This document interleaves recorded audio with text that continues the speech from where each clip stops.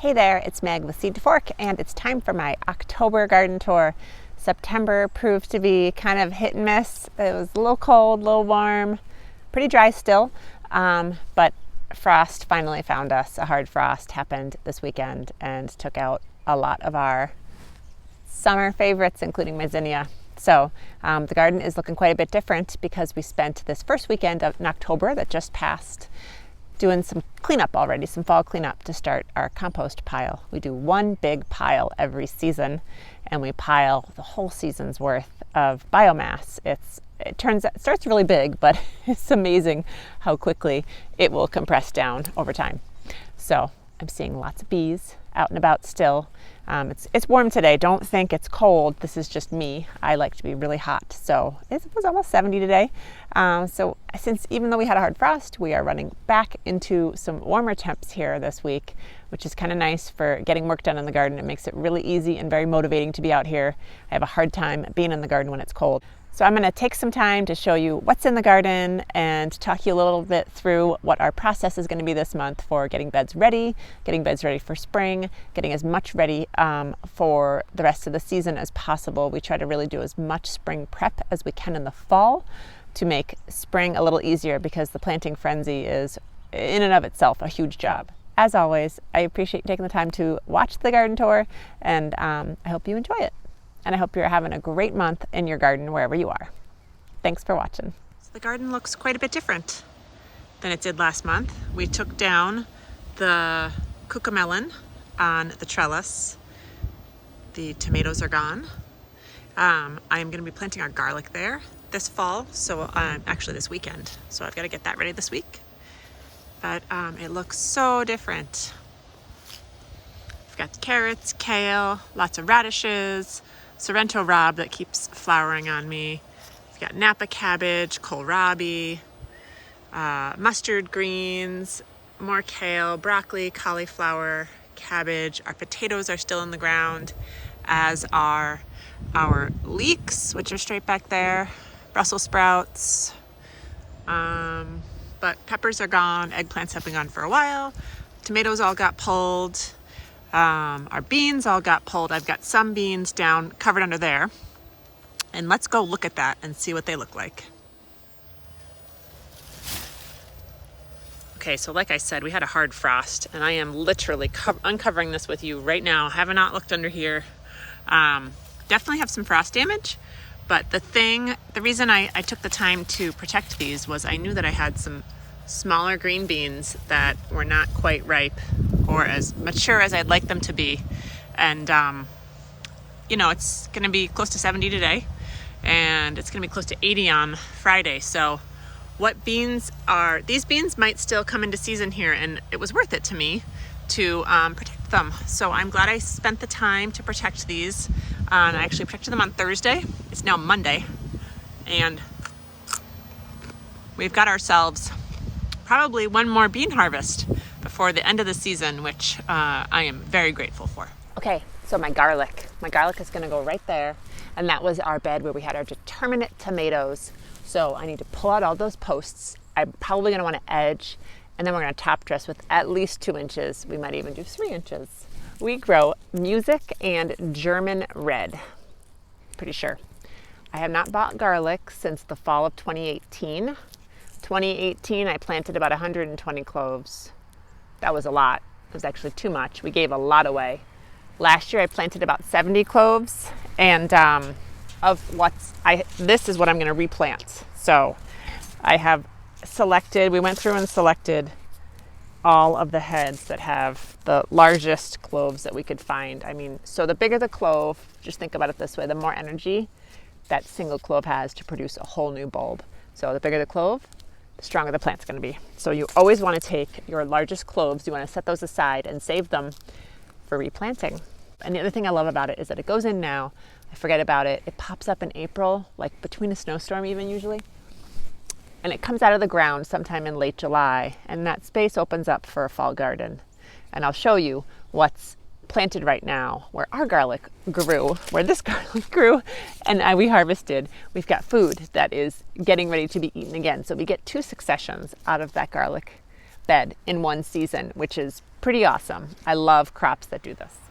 So this was our garlic bed, and I pulled the garlic out in middle late July, and then I added cabbages, lettuce,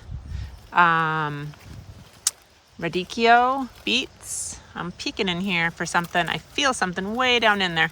It's down in there. I'm not going to bother that. I'm not sure what that is.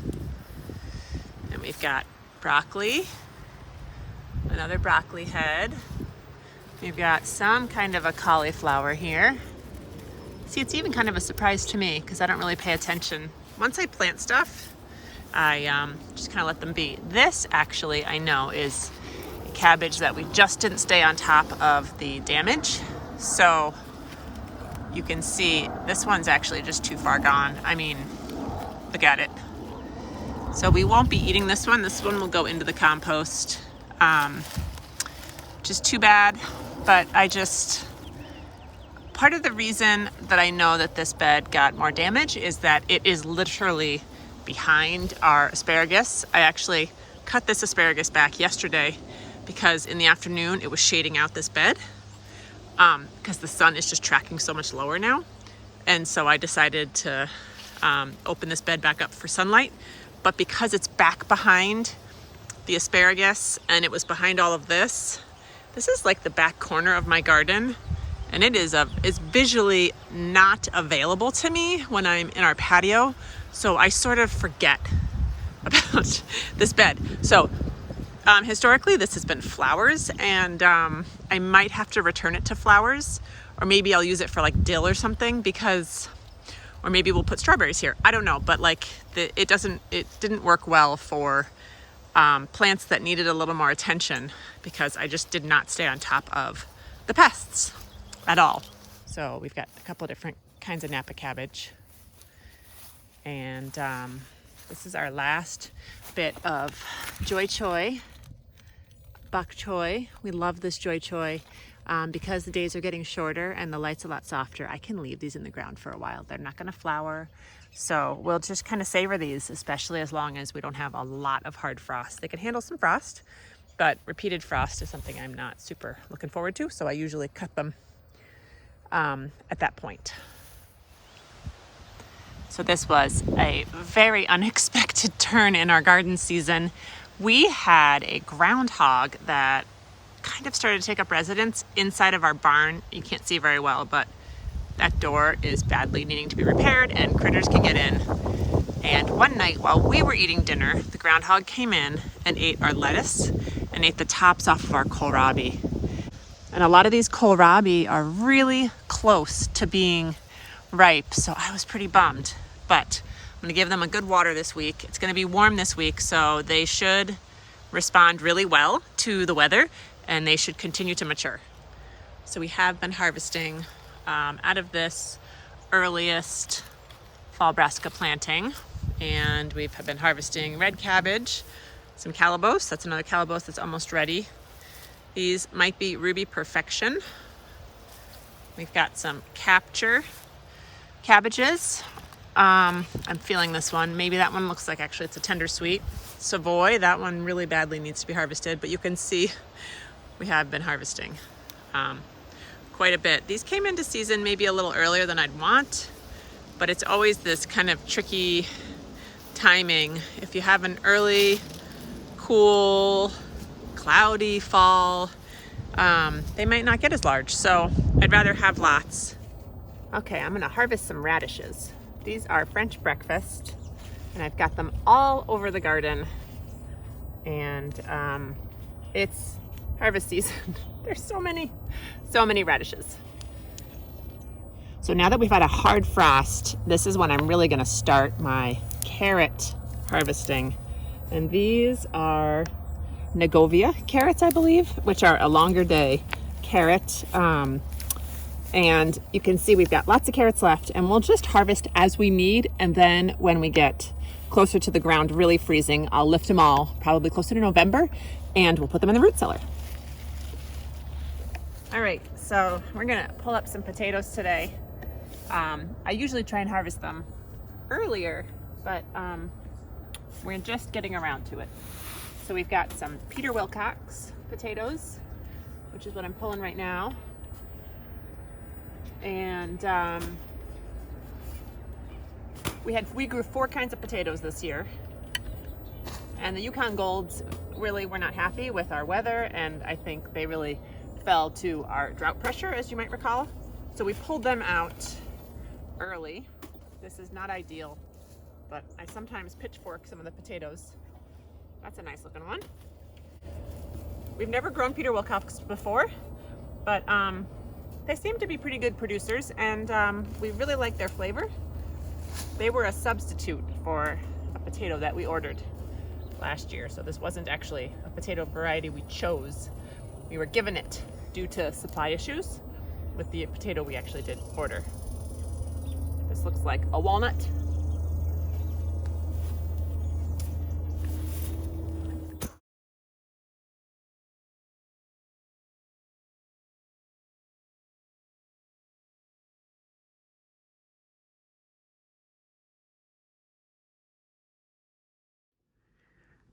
So this is what I call our dry root cellar, and this includes all of the things that need low humidity in the winter to store well. So I keep our corn. So I've got a couple of different kinds of corn in here. I've got popping corn, and I've got some cornmeal corn. I keep our onions. These are my shallots. I've got our dried beans in here. I leave them in here until I'm ready to shell them. I keep our winter squash in here. I only have our delicata inside. I've got butternuts that are still curing. I've got more onions. I've got our garlic. This is our garlic that we're saving to eat, and later in the winter I will use any that's left over, and I'll slice them thin and dehydrate them. I also use this place in the summer to air dry flowers. That's calendula that I'll make salves with. And then these are some of our chickpeas that we grew that also need to come off the plant still. I need to shell them. So it's kind of a staging area. This is our damp root cellar. And there's really not a lot in here. What I am trying to do, the noise you hear is I've got a fan going. I'm trying to bring in cool air. Right now it's not actually cool air. So I'm still using this as a storage space for crops that need to be dried. The potatoes we pulled this morning are sitting right in here. Our potatoes will live in here in the winter, as will our carrots. They'll live in sawdust here. So the other things we've got in here are we've got our peanuts that are drying, and then I've also got some shelling beans that are notoriously long. These are my dapple gray beans. So as these dry up, I will pull them off of the plants, the peanuts really soon, and then we will start accumulating slowly but surely things like our beets, our carrots, our daikon. We bring Brussels sprouts in here in pots. We put cabbages in here. So this is for a lot of the food that's still out in the ground. And when they get lifted out of the garden, they come in here, and we maintain really high humidity. And a lot of them last for many months. We had carrots until end of April this past year.